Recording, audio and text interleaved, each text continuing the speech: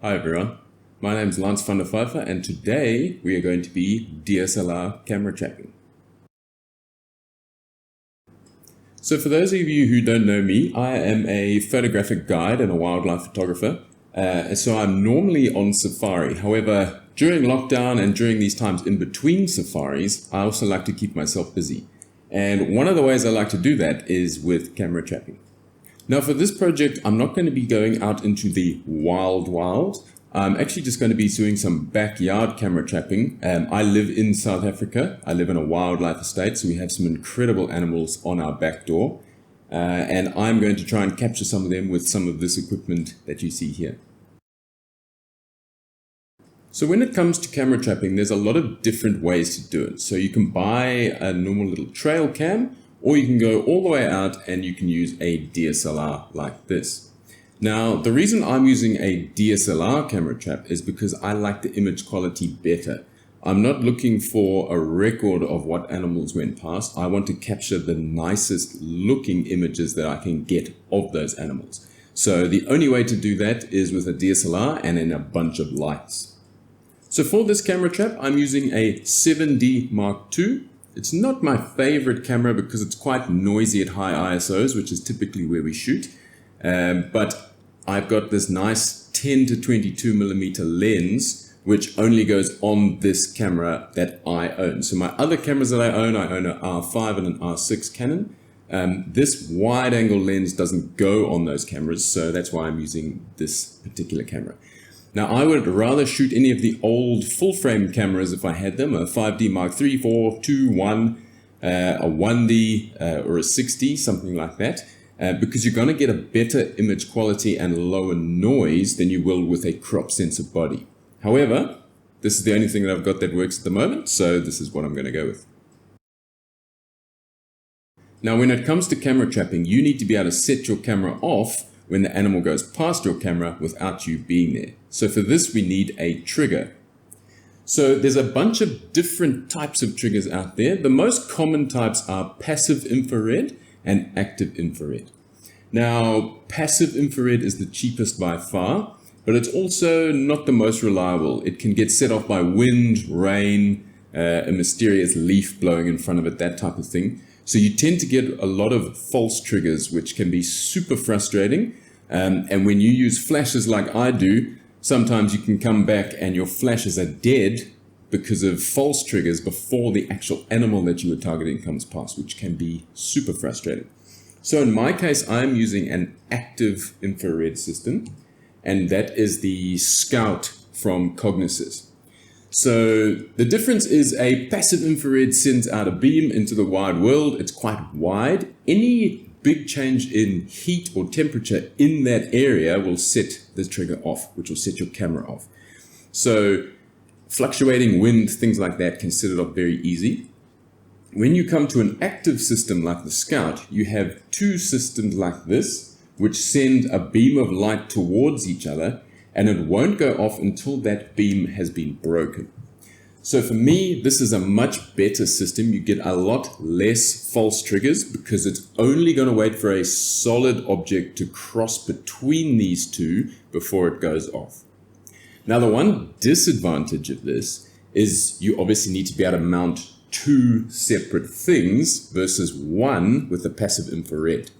So if you've got limited space, as you can see, these are quite big. It's hard to travel with.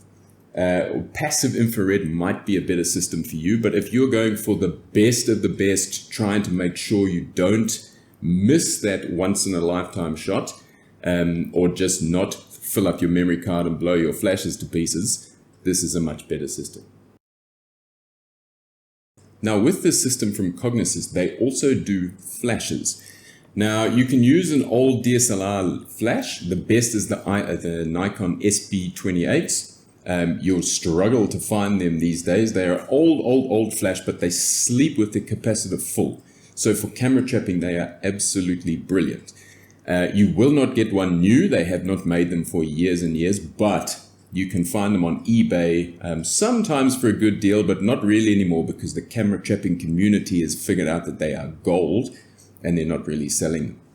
Now, Cognisys has come out with these bad boys, as you can see, they are quite big and quite chunky, but these work on their own battery system. So they're rechargeable batteries, and you can get about 3 months out of this system being set up in the field. Now, the advantage of that is that your smell is not going to be anywhere around those animals. If you set up, you can leave it out comfortably for 3 months. The scent of you being a human is long gone. And then if you have a very shy animal, when it comes past 2 months later, this system will still trigger. Now, the beautiful thing about this system is it is completely wireless. Now, there's good reasons to have wires, and there's also very bad reasons why wires suck. And the most part is, if you have a wire connected from your camera a few feet away to a flash or a trigger, if anything walks through that wire, it's gone. Mice like to chew them, porcupines love rubber, squirrels, baboons pulling on, and that kind of thing. When it's wireless, obviously the battery is normally a little bit limited because it's always on, but this system here is amazing. So like I say, 3 months roughly with the system on fully wireless, and it is instantaneous. So something breaks the trigger, it sends a little message to the Scout box. The box fires your camera. There's a little hot shoe on the camera which goes back to the Scout system, which fires these flashes, and all of this system talks to itself perfectly. The other nice thing is this system comes with an app. So with a simple push of a button, you can test everything. If you've set a flash up high up in a tree, to change the brightness or something like that, you don't have to climb the tree to go and edit or change your brightness. You can just do it by the app sitting by your camera, which is incredible. Now, the other nice thing about this system is you can use a dummy battery, which is this little thing here, which is also plugged into the Scout. So instead of having a few days of your battery, your DSLR battery sitting on before your camera dies, this is actually plugged into the Scout box as well, and that powers your camera. So this can sit in its power sleep mode for months and months and months again, which is brilliant. Now, I'll show you the box shortly, but the first thing you need when you're camera trapping as well is lots of ways of mounting things. So my favorite way at the moment was with the super clamp. In my personal opinion, every photographer should have at least 10 of these. These things are brilliant. So they can go onto a light stand, they can go onto a tree, they can go onto a fence, they can sit wedged between rocks. These things are amazing. So as you can see, I've got one connected to my Scout system here, so I can hook this onto a low branch or something, the height that the animal is going to be to trigger it. And then you can also attach a tripod head onto this so that you can put your flash on it, where you can aim your flash nicely, especially if it's high and out the way and not a very comfortable place to set it up. Now, light stands are brilliant. This little camera trap project, like I said, is in my backyard, so light stands are perfect for me. Silver is not a great idea, rather spray paint it if you're going to do that. As you can see, I've spray painted my flashes. So spray painting silver is better to do it like that, because this in the wild is going to put your animals off a lot. These animals where I live are actually very used to man-made things. Like I said, we live in a wildlife estate. These animals are wild, but they're used to being through and around houses and things like that. So a piece of metal won't actually scare my animals away. But if this was in Laikipia looking for a black leopard, I don't want a big silver shining tripod sitting out in the bush. Another tool that every single photographer in the world should have is a Leatherman. Now, guaranteed every single time you go out, something's going to need to be tightened or cut or screwed. And if you don't have a Leatherman, you're going to have to be doing it by hand, which is super frustrating. The other thing to remember, though, is when you're traveling, don't travel with your Leatherman in your backpack, especially if you're going on a plane, because it will be confiscated from you. If you actually go through the airports, the big glass boxes, there's about 500,000 Leathermans sitting in there of all the poor photographers who forgot to check it into their suitcase. So if you're going camera trapping somewhere amazing overseas, in your suitcase. But once you land and you're going into the bush, back into the camera bag. Now, the Leatherman is so good because oftentimes when we're camera trapping, we use things like gaffer tape, duct tape, cable ties, all those things to get our flashes and our weird triggers in the right place. And when we're getting rid of them, we can just cut it off. If we're putting cameras onto tripods, we can use it to screw the tripod plates in. They're just really handy to have. So always have a Leatherman. Now finally, you're thinking, sure, you can put your camera out, but this is in the wild, it's out in the elements, and if you get rained on or if an animal decides to chew on your camera, it's not going to be very good. And I agree with that. The other beautiful thing that comes with the Scout system, if you choose to go that way, is the Scout box. Now bear in mind, this wooden piece is not part of the Scout box. This is what I actually made with a friend of mine. It's a nice way, as you can see, here is the Scout box. This is the piece you'll be buying. The camera sits in here. It's an old Pelican case. The camera goes inside where you can mount it. The flash sits in this protective tube here, which has got a glass screen on the front. And then this box that I made with a friend is on a hinge so that I can shoot two different eye levels. If I'm aiming for big cats like lions, which eye level is about up here, I want to be shooting a little bit higher, so I'm shooting eye level. Small little animals like genets, civets, porcupines, things like that, I want the camera to be lower so that I'm again about eye level. So that's why I've made this box with the hinge system. The other nice bonus is this protects it a little bit from rain. But I've also made a plastic hood for rain over the top as well. So this is a look on the inside of the Scout box. As you can see, we have the Scout controller. So this is a fully wireless system. This does wireless to your phone to control it with the app. And the best part is this is the part that controls the whole system. So this is the brains of the operation. You've got your lithium-ion battery that sits here.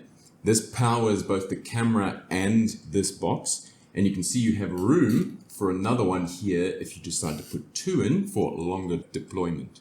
So when your camera goes in, you have your dummy battery, which plugs into the Scout controller as well. And then with a normal Wimbley plate, your camera sits in here. Now you can get the option for a foam inner, or the one with the tripod mount in here. Now I've gone for the mount because it's a lot more practical. I'm not going to use different sized cameras. I'm just going to use the one, the standard height. If you were using, say, a big 1DX or a D5 or something like that, which has the built-in battery pack, you need that extra space. So then you would go for the foam cutout one. Next you have a flash trigger which goes on top of the camera itself. So it sits in the hot shoe of your camera. This is important when the Scout controller sets off your camera then sends out a flash signal back to the Scout controller, which then sets off the lights wirelessly. And of course, being an old Pelican case, it's completely waterproof and somewhat animal proof. If you were deploying this somewhere where there's elephants, lions, hyenas, it might get chewed a little bit, which should be okay, but an elephant will squash this.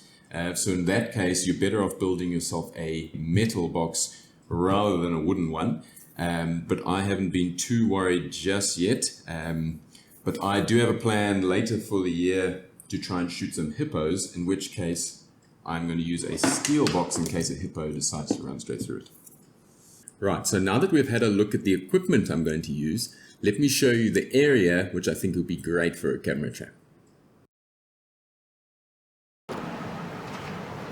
So hopefully you guys can hear me out in the wind. One of the places that I wanted to put a camera trap is right outside my house. It's this little area down here. Now, one of the reasons I wanted to put a camera trap up here is because, as you can see here, we have porcupine quills and things like that. So there is this really nice little pathway. I don't know if you can see that. So it runs along here. It's a little game pathway that runs straight past our house. So we are in a wildlife estate again, like I said. The animals go between all the houses at night, and this pathway here has got lots and lots of tracks on it. So we've got the porcupine quill over there, we've got hoof marks here from what looks like a warthog, there's a bigger one here which looks like a kudu, and there's some impala. So it's quite a nice area, so lots of animals do use this little patch. And then this little log I actually put up a few months ago just to see what would happen, and it looks like a lot of animals actually come and investigate it. So sitting outside my office window the other day, we saw birds on it, we've seen mongoose all over it. So I think a lot of animals use it to scent mark, which is actually quite cool. So I'm going to set the camera trap up here.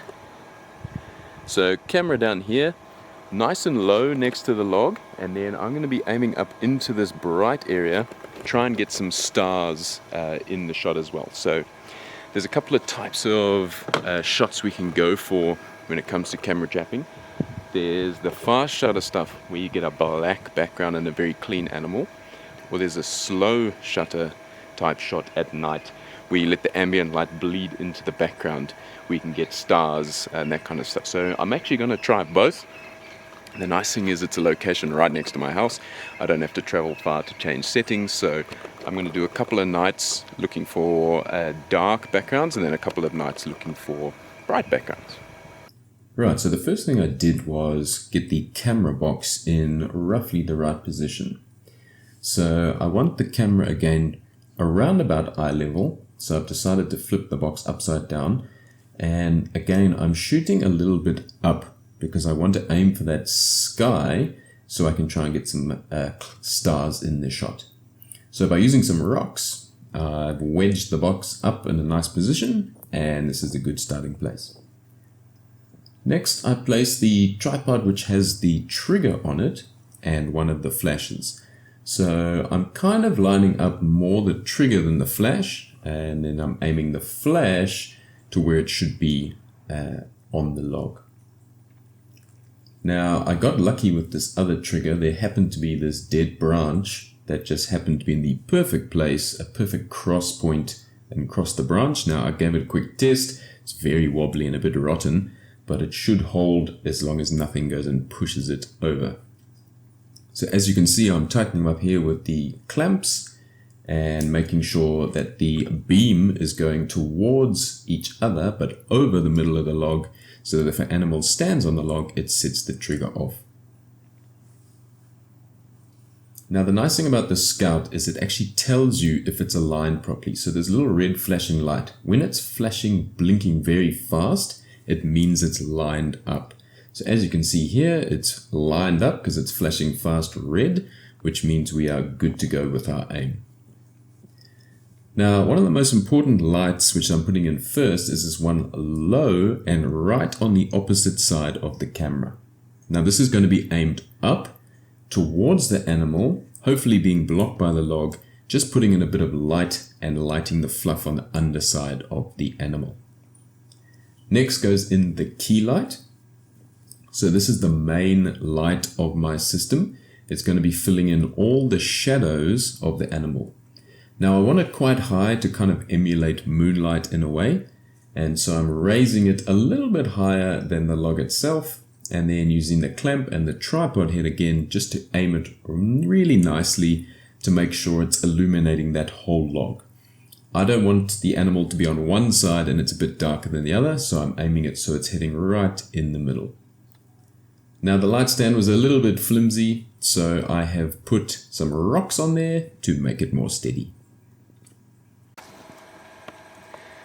One of the things I forgot to mention about setting up your camera trap is try not to do it somewhere where it's surrounded by stinging nettle, because this one is, and I've been sitting in it all day and my leg is now on fire. So like I was saying, if this was the wild, so in a game reserve, in the bush, not in a wildlife estate. So these animals are wild, but they're slightly habituated. They're not shy like other animals that have never been around humans before. So if this was truly wild, I wouldn't have a nice big bright silver tripod for one. So this, to a nocturnal animal walking around, coming through there, all that light from the star, the moon, even the house lights bouncing off that silver is going to be very obvious, and it will put off a lot of animals. But here in the wildlife estate, because the animals are moving around between houses all the time, I don't think it's going to be a problem. But we'll see. If nothing arrives, maybe that's one of the reasons that nothing turns up. So I might remove the silver tripod. But yeah, so later on in the year when I'm in Kenya, I'm not going to be using a big silver tripod. I'm going to have more camouflaged sticks, or I'll paint it more camouflaged like the camera trap itself. But also, if this was very shy animals, there's no way I'd have the sensor and the flashes this close to the animals itself. So the camera I would try and do, so the camera being right up next to the animal with a wide angle lens, it still gives a really amazing look, and that's one of the looks I'm trying to go for. So to get a really wide angle shot close of an animal is something you just cannot do without a camera trap. So I want the camera quite close, but the actual triggers and the flashes I could put much further away if the animals are very shy. So that is also one thing we're going to find out with this little trap. I'm going to leave it up for a couple of nights now. We'll see how we go, and we'll check it out in the morning and see what we got.